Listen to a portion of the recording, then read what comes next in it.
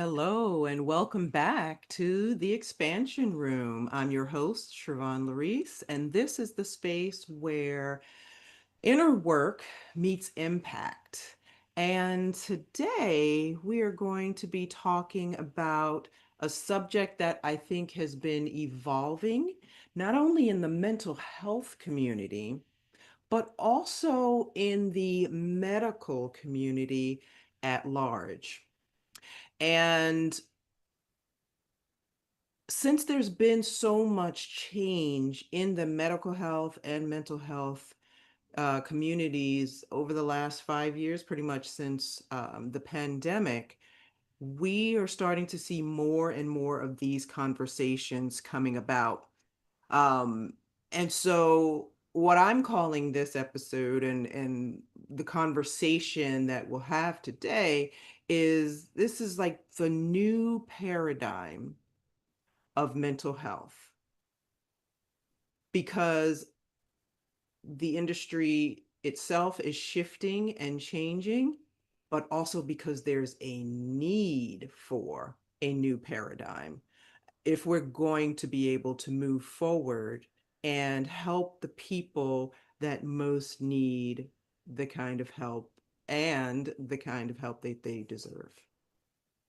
So, for so long, our systems, particularly our mental health system, but medical as well, have been focused on symptom management.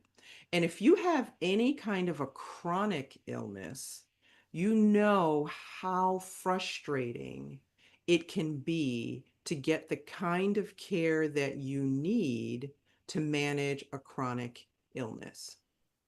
So I've said oftentimes, if you get into a car accident, you're shot or some sort of acute thing happens to you, going to the hospital is the best thing that you can do, especially if you're in a city. Well, so I'm outside of DC and our hospitals are pretty good, right? In Maryland, DC, and Virginia area.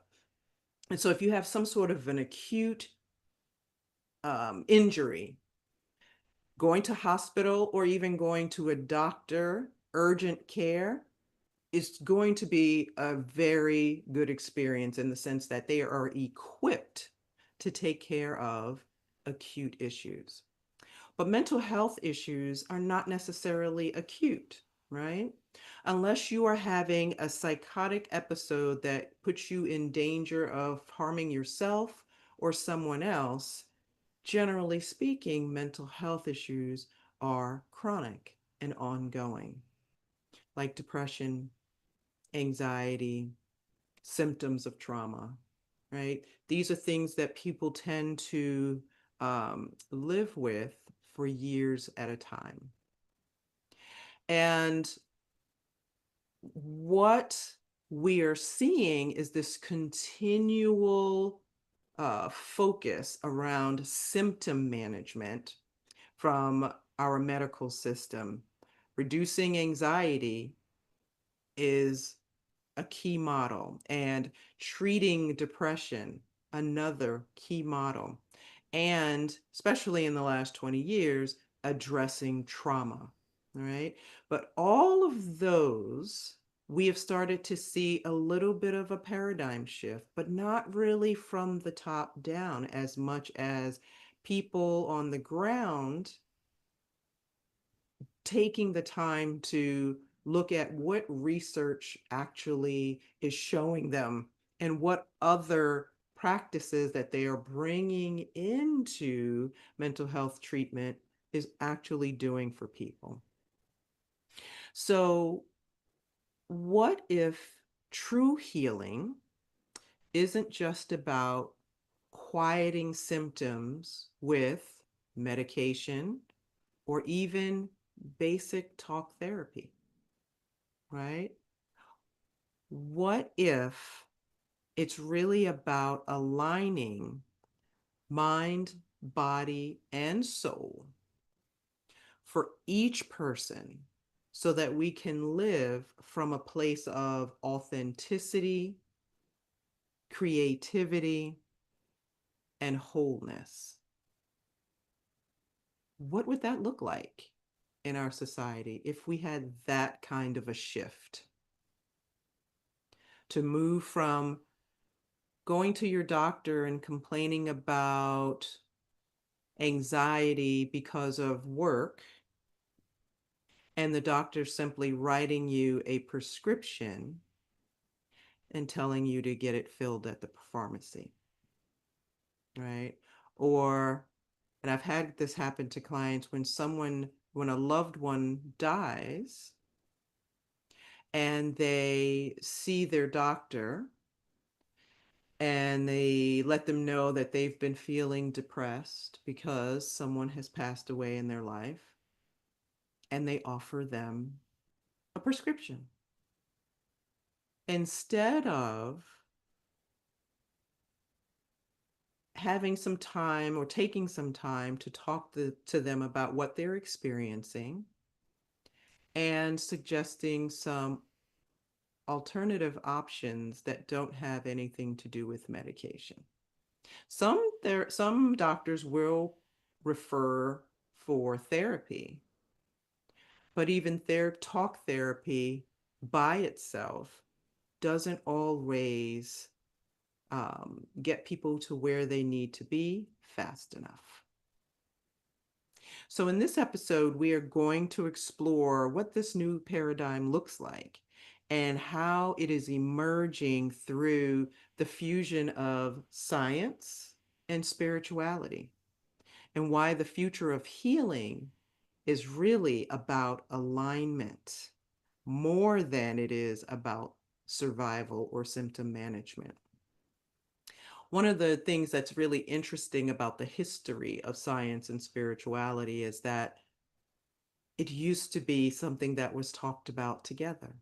It was something that was understood as coexisting, right? People way back in the day used to not only be scientists, but they were also quite spiritual. And I forget in and around the time of our history where it happened, but there was a point where the church had risen to its power, and the scientists that were also equating their findings with spirituality or with religion or with God were either arrested, placed under house arrest, or lost their heads. And so the generations of scientists after them began to really separate themselves from spirituality. And our society, Western society, has evolved in such a way that we have much more language around science than we do around spirituality. And in my mind, the two work together. We've got to have the understanding of what these mental health diagnoses are, what the symptoms are, and how to treat them from a medical standpoint. But we also have to understand what are the spiritual aspects that we are missing in our lives, and what are the steps that we can each take in order to step into more alignment in that area, balancing both science and the chemical with our spirituality. So we'll take a little bit of a dive into that today. Um, there's so many limits, and I'm in this, right? I've been a therapist now for 22 plus years. And so I'm in this on the science side. I was trained to think about these things scientifically, but also I went to a university for my graduate degree that also valued the spiritual side of a human being in the mental health space and in the therapy room. And so we were trained to look at both, right? So the limits of the old model the traditional psychiatry, as well as psychotherapy, stops with the symptom management. I think I talked about um, how some of the psychiatrists treated me when I would ask certain questions when I was in my 20s and I was working in the mental health space, right? Asking things like, how does nutrition affect one's mental health? And how does lack of sleep affect one's mental health? And these kinds of things. We have to look at mental health from a holistic model, from a integrative care model, and stop looking at body parts, if it's medical, or disease and all the symptoms that are listed with a disease or a disorder.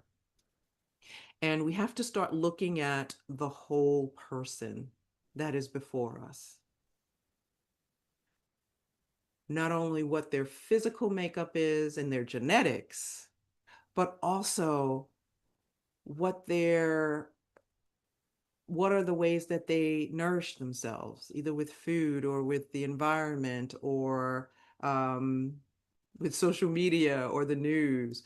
How do they connect in community with family, friends, and the larger community spiritually?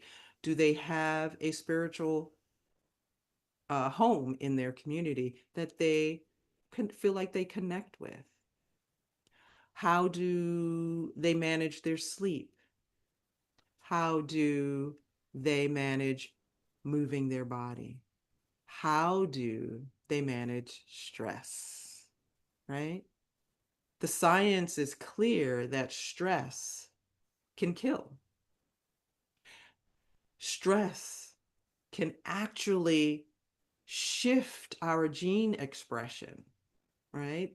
Epigenetics is on the rise. The science of epigenetics is on the rise. And when we are stressed, or when we are in work environments that don't treat us well, or in relationships that don't treat us well, it affects us at a cellular level. But when we go to doctors, we don't always get that kind of a question of what the rest of our lives looks like. So that's the shift, right, that we have to make to move from this traditional model of mental health and psychiatry, of symptom management, and move to whole person management, right? Move to a space of whole person being taken into account. And in doing so, finding the root cause of someone's illness or dis-ease. Finding that mind, body, spirit connection. When you can heal one area of one's life, right? When they can shift one area of their lives, all the other areas are effective. So we're about to take a break. And so when we come back, we will talk a bit more about this rise in this new paradigm and shifting away from the old. So come on back. Are you a conscious co-creator? Are you on a quest to raise your vibration and your consciousness? I'm Sam Leibowitz, your conscious consultant, and on my show, The Conscious Consultant Hour, Awakening Humanity, we will touch upon all these topics and more. Listen live at our new time on Thursdays at 12 noon Eastern Time. That's The Conscious Consultant Hour, Awakening Humanity, Thursdays 12 noon on talkradio.nyc.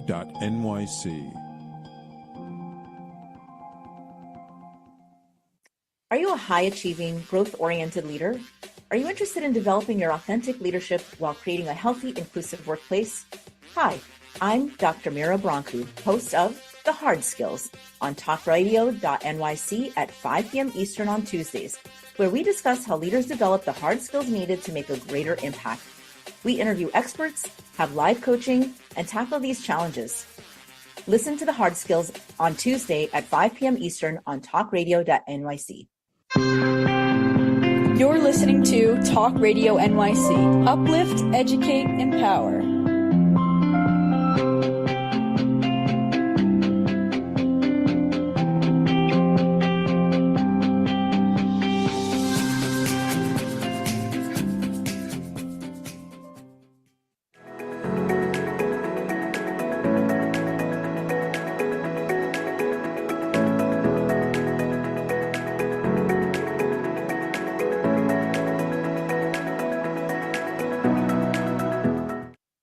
Welcome back to the Expansion Room, and today we are talking about the new paradigm of mental health. And in our first segment, we looked at some of the traditional or old model ways of managing symptoms of mental health rather than looking at the whole person. And what we're noticing today, there's this rise in people craving not just relief, but transformation, true healing, getting to the root of whatever the issue, the diagnosis, the problem is. People wanting to be more embodied and have more of a sense of meaning and purpose in their lives. And all of that affects one's mental health and well-being. So what has been missing, I feel like, in mental health is the inclusion of the whole person and inviting the whole person to be a partner in their own mental health care, right? Inviting them in to make lifestyle changes, real lifestyle changes that can affect their overall well-being and help to move the needle on their mental health expression. We don't always think about that in America in particular, the land of just give me a pill and I will be fine. A lot of us have been raised to believe it can be fixed with some sort of prescription or medication that's out there or that has been created. The problem with that is it takes away some of the agency of the individual, for one. But number two is our pharmaceuticals in general can be very expensive and cost prohibitive. When there are the kind of lifestyle changes that can be made that won't cost any money or minimal money, right? And so the idea of the whole person being taken into account or offering integrative care means that you invite the person in for their own healing and restoration. So, in the realms of holistic care and spiritual psychology, this term has been kind of floating around called soul-aligned mental health. And that resonated with me when I stumbled upon it. And it's kind of floating out there with some articles.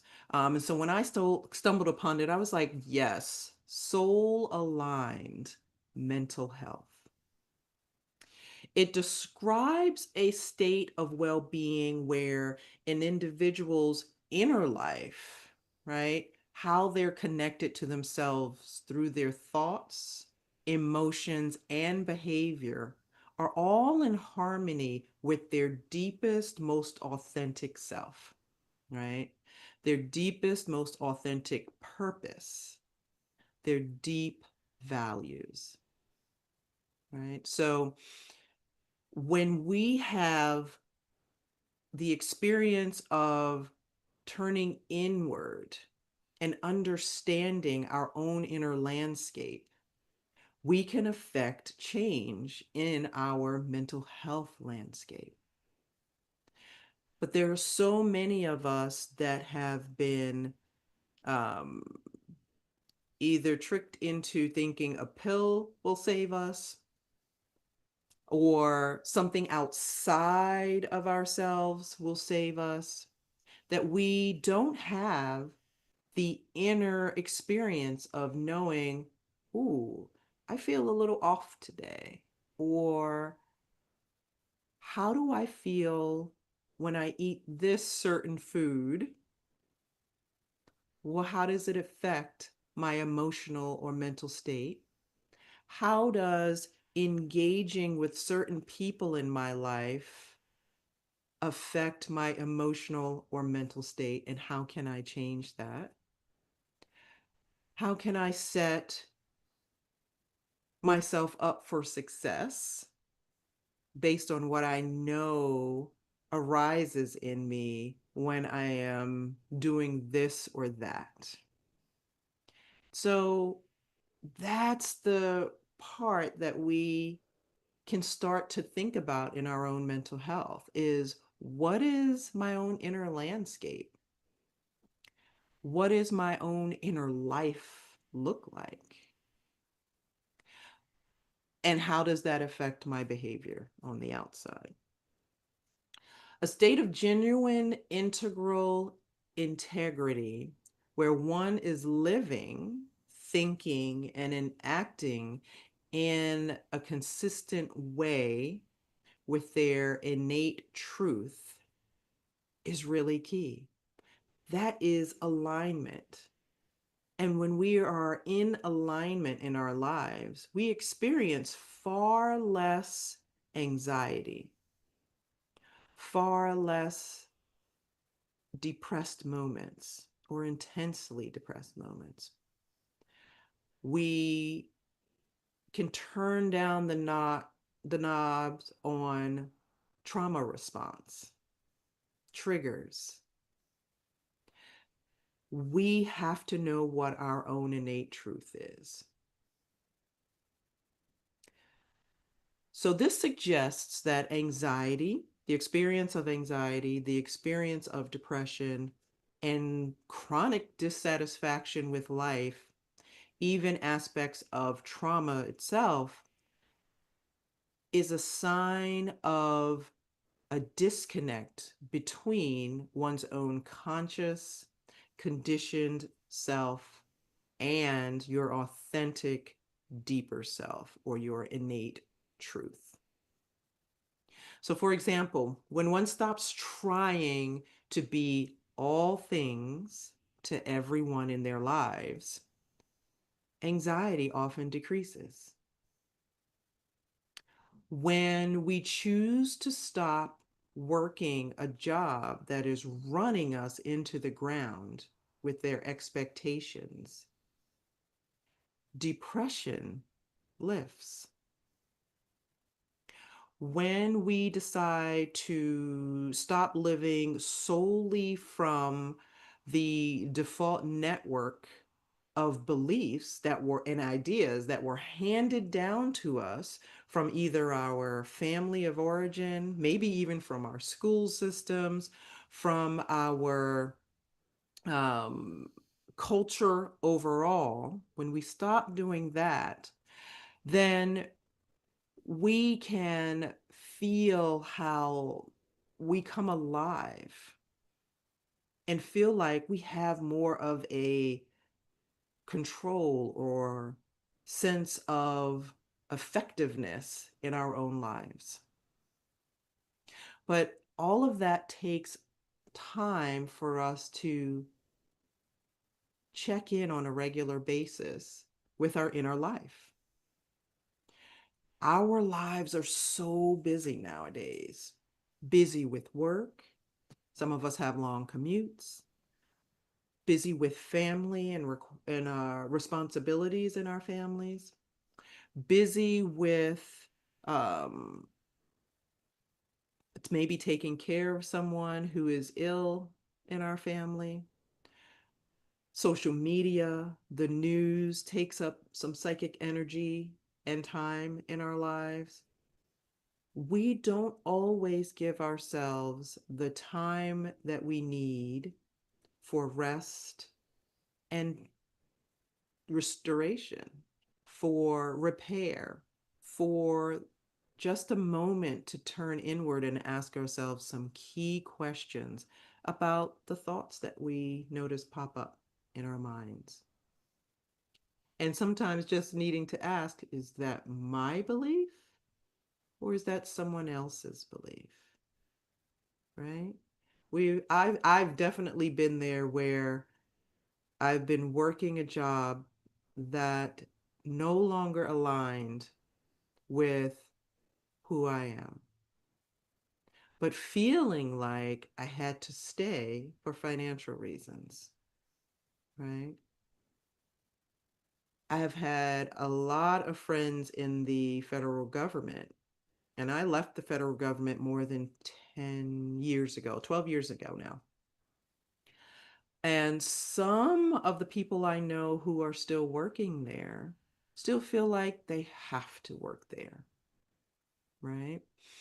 And I knew somewhere along the line, that last couple of years that I was there, that it no longer aligned with who I was or who I was actually becoming. But the fear of leaving was so big for a while.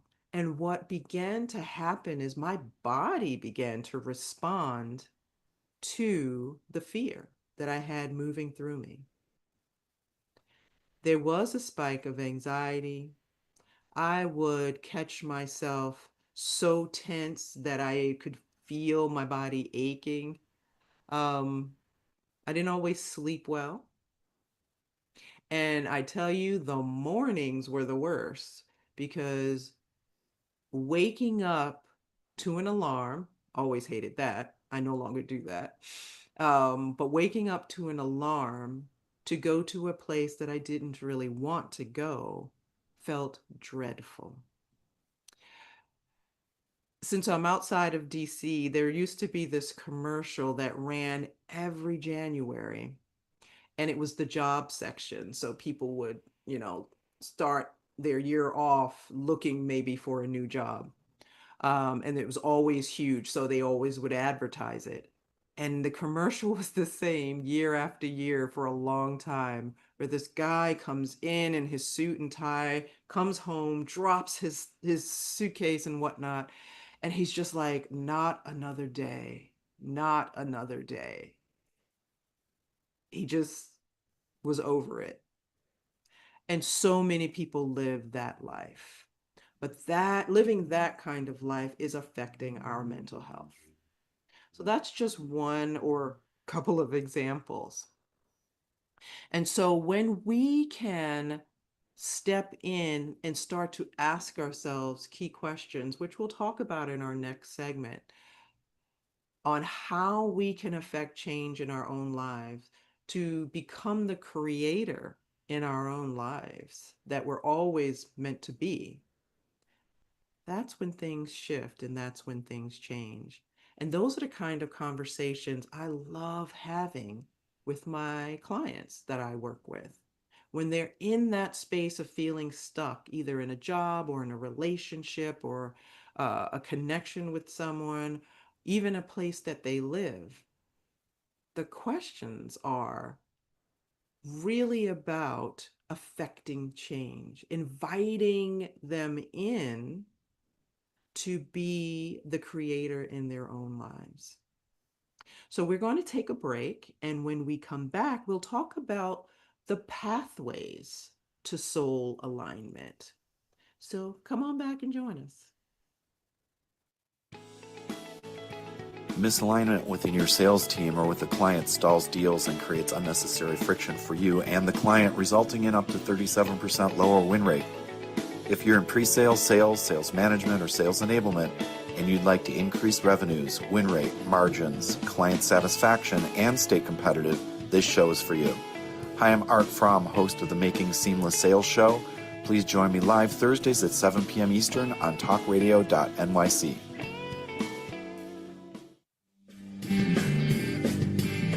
Hey everybody, it's Tommy D, the nonprofit sector connector, coming at you from my attic. Each week here on talkradio.nyc, I host a program, Philanthropy in Focus. Nonprofits impact us each and every day, and it's my focus to help them amplify their message and tell their story. Listen each week at 10 a.m. Eastern Standard Time until 11 a.m. Eastern Standard Time, right here on talkradio.nyc. You're listening to Talk Radio NYC at www.talkradio.nyc. Now broadcasting 24 hours a day.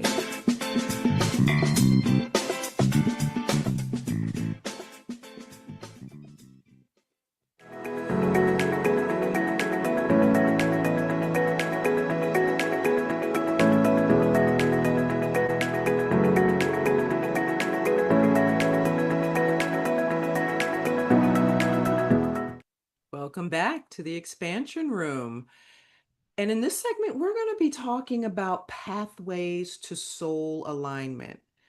The little things that we can do on a day-to-day basis that add value to our lives and help us to shift the needle a little at a time, or maybe even in big ways in your life. So there are three pillars to this new approach, right? And it's really about conscious awareness, which is about mindset and mindfulness. Embodiment, like how do we physically embody this new paradigm? And expansion, right? How do we, from this grounded place, expand out into a fuller version of ourselves? So in looking at conscious awareness, which is mindset and mindfulness, I encourage people to pay attention to their thoughts. What are the thoughts moving through your mind? Taking a moment to notice the thoughts that you entertain. Where attention goes, energy flows. Always remember, if you're entertaining negative thoughts, negative thought patterns, whether they're just running in the back of your mind or they're right up front in the forefront of your mind, you're setting yourself up to add to the symptoms of whatever mental health issue might be going on. So paying attention to thoughts, and when you catch yourself, asking yourself, oh, is that true? Is that kind? Sometimes we talk to ourselves in ways that we would never talk to our best friends or a partner or a child, right? Is that kind? Is that good for me?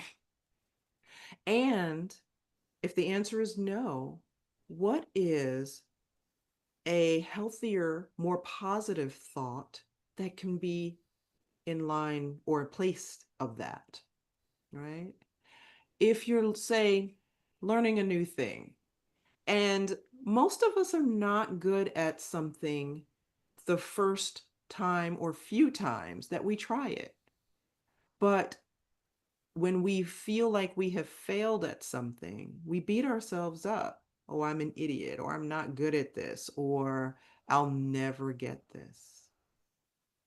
I know I'm like that oftentimes with technology. I'm not great with technology, but shifting the thought process around that is, well, I'm learning a new thing. And so if I keep doing it again and again, I will eventually get better.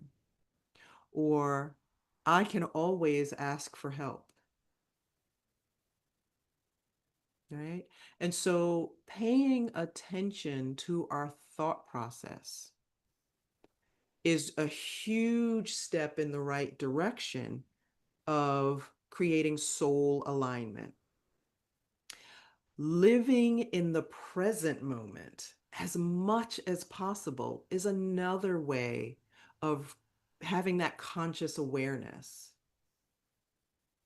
We tend to either live our lives, our mental lives, our inner landscape in the past, ruminating and rethinking about things that we have done or we feel like we wish we could do over that didn't go right, worry, or leaning into the future, worry and anxiety about something that has not happened yet. The only thing we have right now is this present moment, is the now. And when we are stuck in our past, in our thought process, or in the future, in our thought process, we cannot be fully present for our lives, for ourselves, for anything that is going on in this moment. And our bodies, our physical bodies and brains, don't know whether we are in that situation we're thinking about or if we're just thinking about it. So if we're in a state of worry, anxiety, despair, distress about something in the past or in the future, we are stirring up those chemicals, mostly cortisol in particular, in our systems that is having an effect on our cells. But when we can commit to this pillar of living in the present moment, bringing ourselves back to the present moment, we start to affect not only change in our physical body, but change in our mental health expression, and our overall well-being. So that's conscious awareness.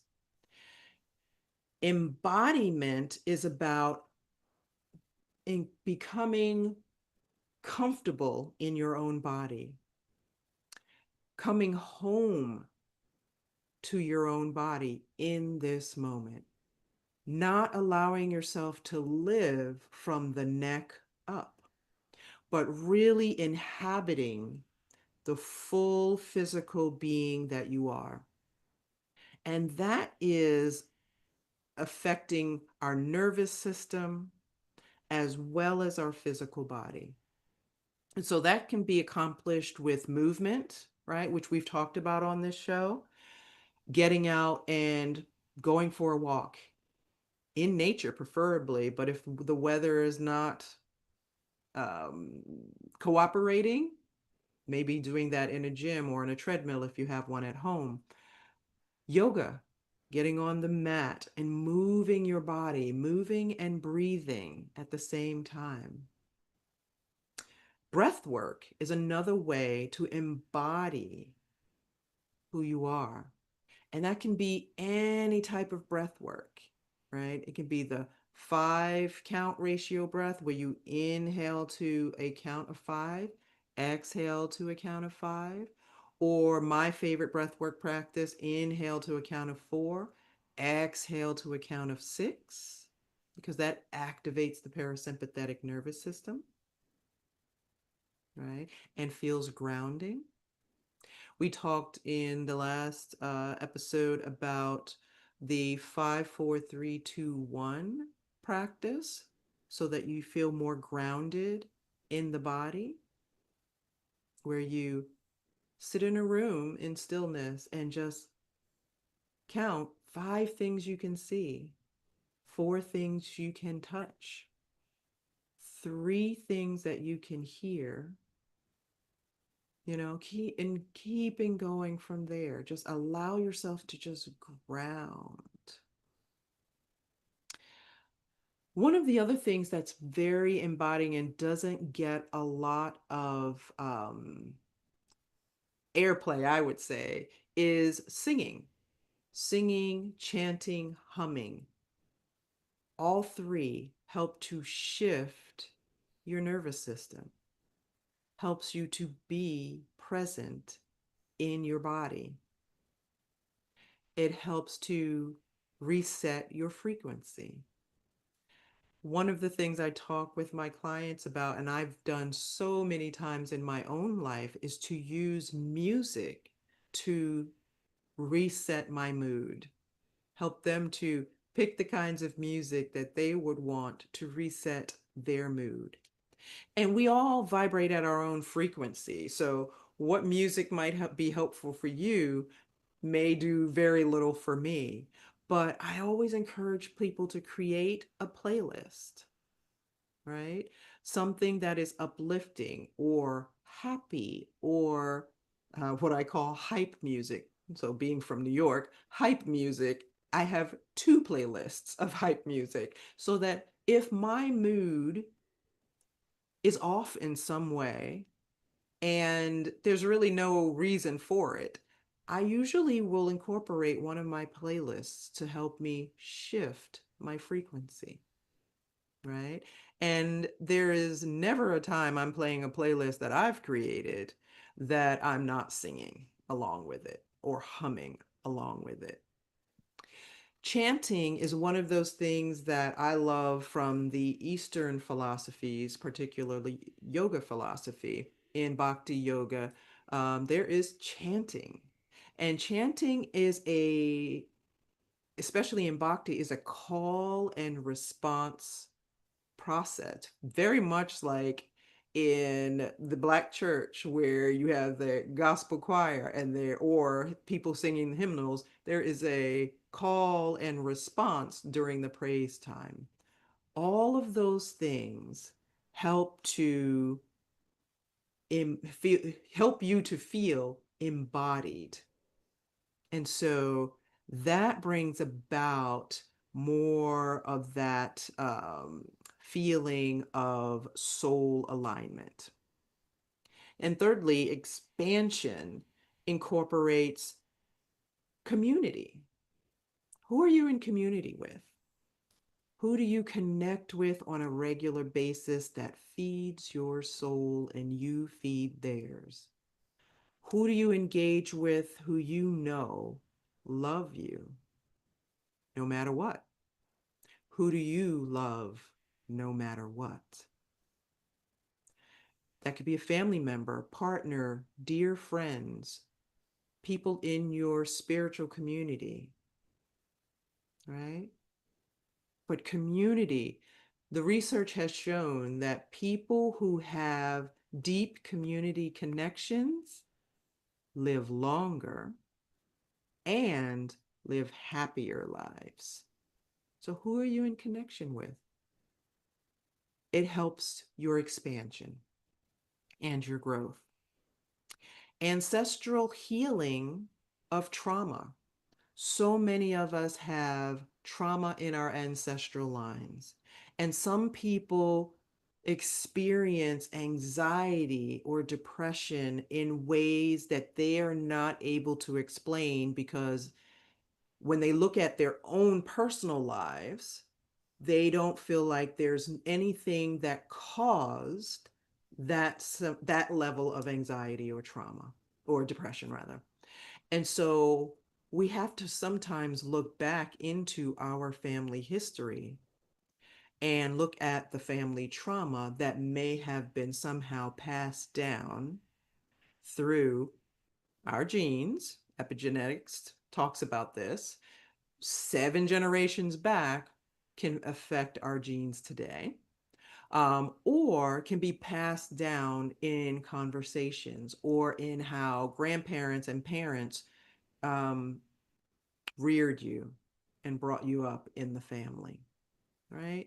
And so, really looking at how our ancestral history has affected us and asking the questions of, do I need to hold on to this?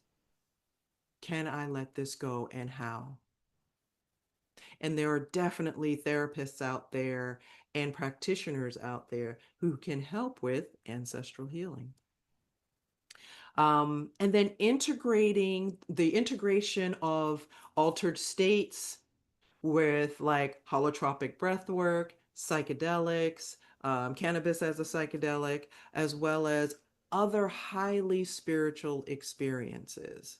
When we have these altered states of consciousness, there has to be integration so that that expansion takes root. So very key to think about.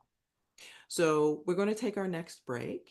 And when we come back, we will bring this all together and talk about how to bring this soul alignment into your day-to-day life in other ways. So come on back.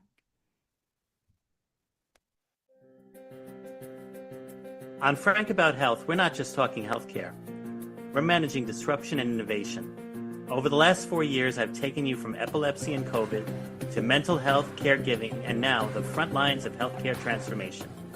Stay tuned for a healthier future as we bring on the innovators, professionals, storytellers, and advocates who show you how to own your healthcare every Thursday at 5 p.m. Eastern Time on talkradio.nyc.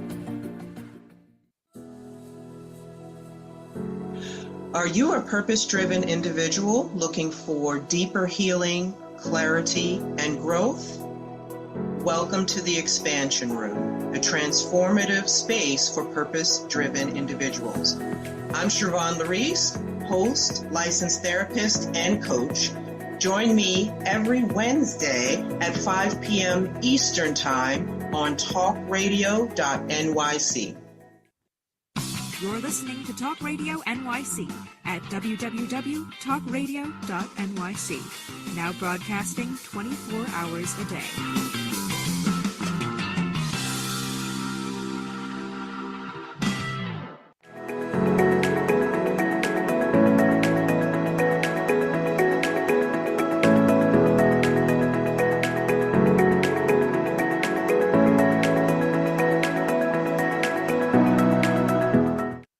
Welcome back to the Expansion Room, where today we have been talking about the new paradigm of mental health and ways that we need to shift from the old model of symptom management, particularly with prescriptions, to the whole person being invited into their integrative care process.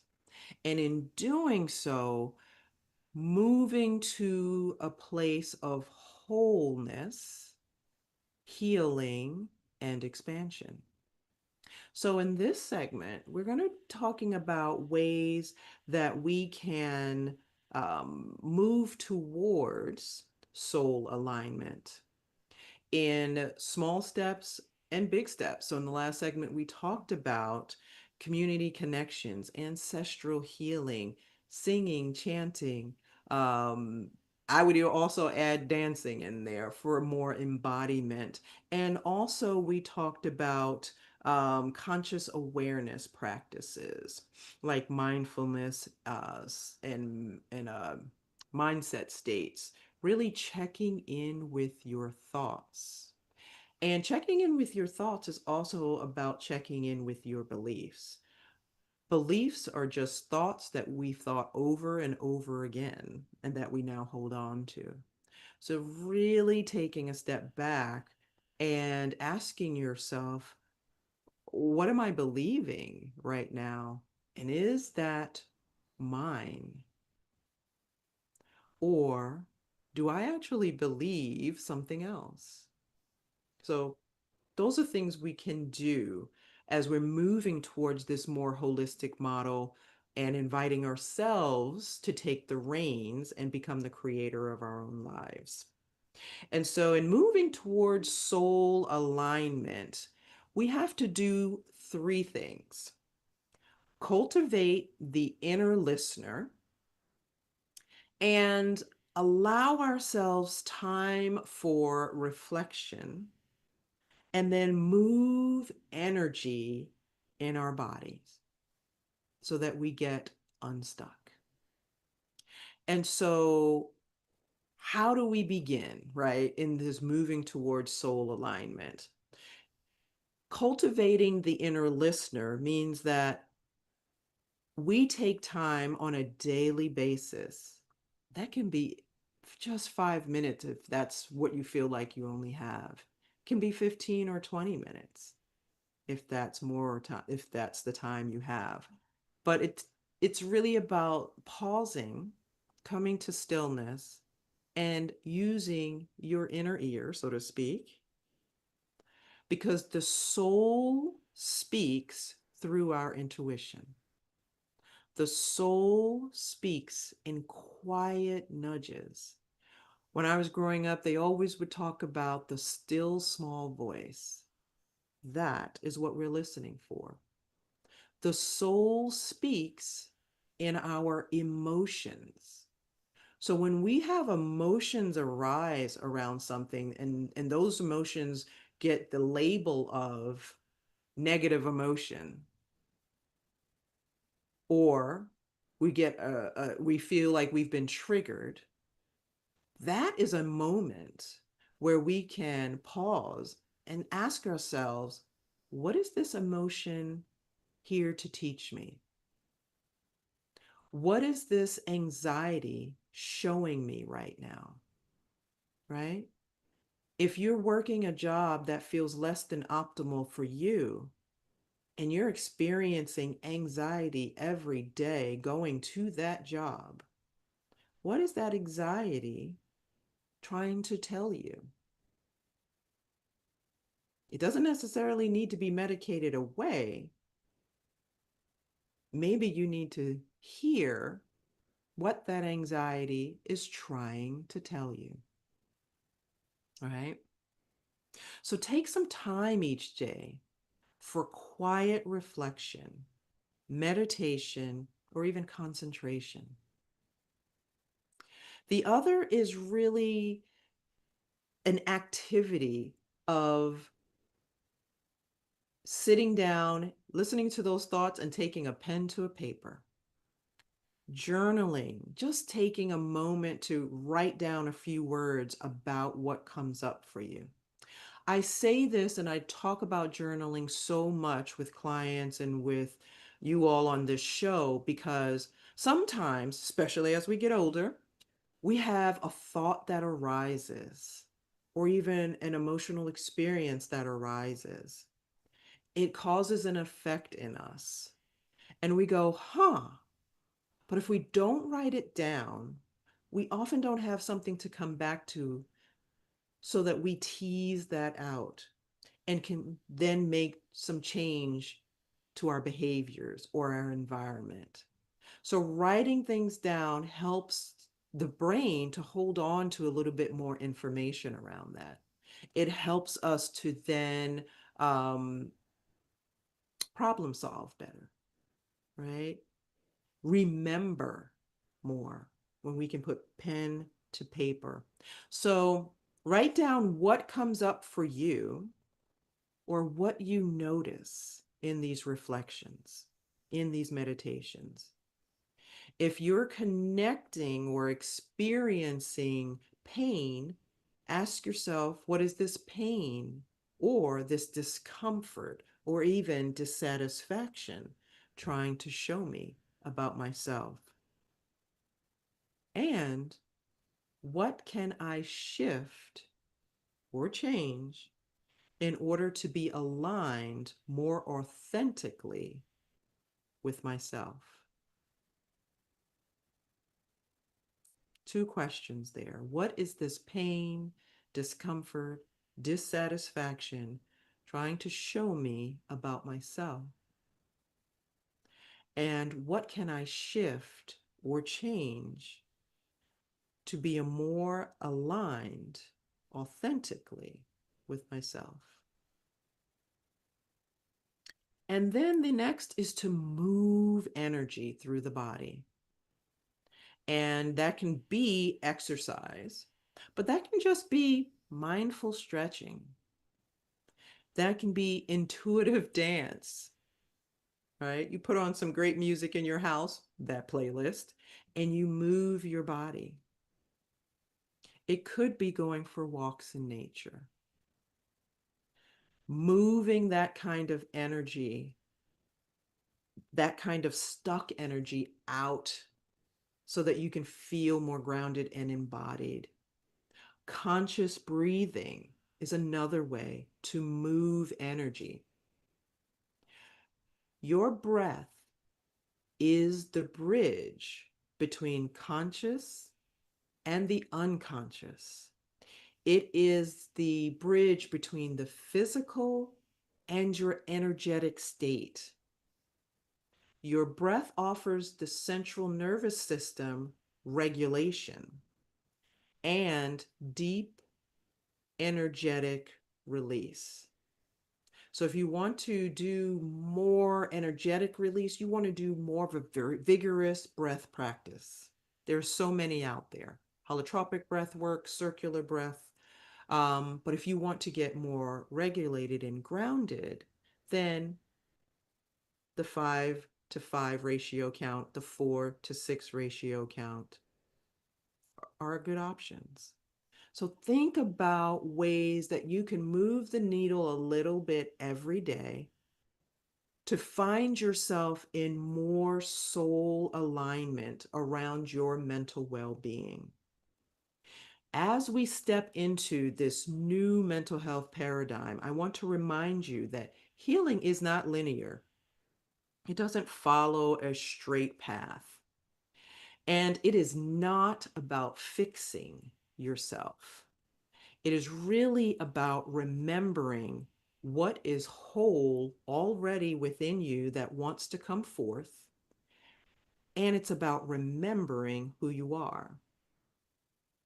So my invitation to you is to pause this week and ask yourself those key questions. And maybe even asking yourself, where in my life am I managing symptoms? And where can I align more with my true self? If this episode resonated with you, I hope that you share it with someone in your life that you feel can benefit from it. And I'd also ask you to like and subscribe on whichever platform that you are watching or listening. And so until next time, please really think about pausing, taking a breath, and rooting in your own truth. Take good care. I'll see you next week.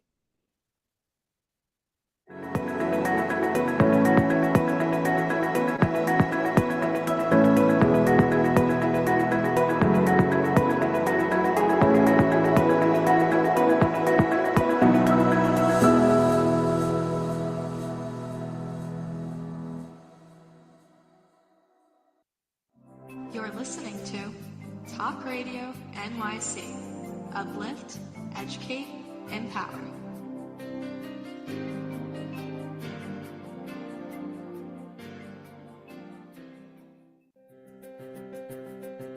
On Frank About Health, we're not just talking healthcare. We're managing disruption and innovation. Over the last 4 years, I've taken you from epilepsy and COVID to mental health, caregiving, and now the front lines of healthcare transformation. Stay tuned for a healthier future as we bring on the innovators, professionals, storytellers, and advocates who show you how to own your healthcare every Thursday at 5 p.m. Eastern Time on talkradio.nyc. Hi, I'm Linda Marcanico. The A Train to Sedona is a memoir about my journey to love and compassion. It's also the name of my new broadcast on Wednesdays at 12 noon. When we are spiritual, we embrace possibilities and ideas, which strengthen our mind, body, spirit, health, and wisdom. On the A Train to Sedona broadcast, I plan to interview guests who embrace these expansive practices. Join us on Wednesdays at 12 noon on Talk Radio New York City. Hey everybody, it's Tommy D, the nonprofit sector connector, coming at you from my attic. Each week here on talkradio.nyc, I host a program, Philanthropy in Focus. Nonprofits impact us each and every day, and it's my focus to help them amplify their message and tell their story. Listen each week at 10 a.m. Eastern Standard Time until 11 a.m. Eastern Standard Time, right here on talkradio.nyc. Are you a conscious co-creator? Are you on a quest to raise your vibration and your consciousness? I'm Sam Leibowitz, your conscious consultant, and on my show, The Conscious Consultant Hour, Awakening Humanity, we will touch upon all these topics and more. Listen live at our new time on Thursdays at 12 noon Eastern Time. That's The Conscious Consultant Hour, Awakening Humanity, Thursdays 12 noon on talkradio.nyc.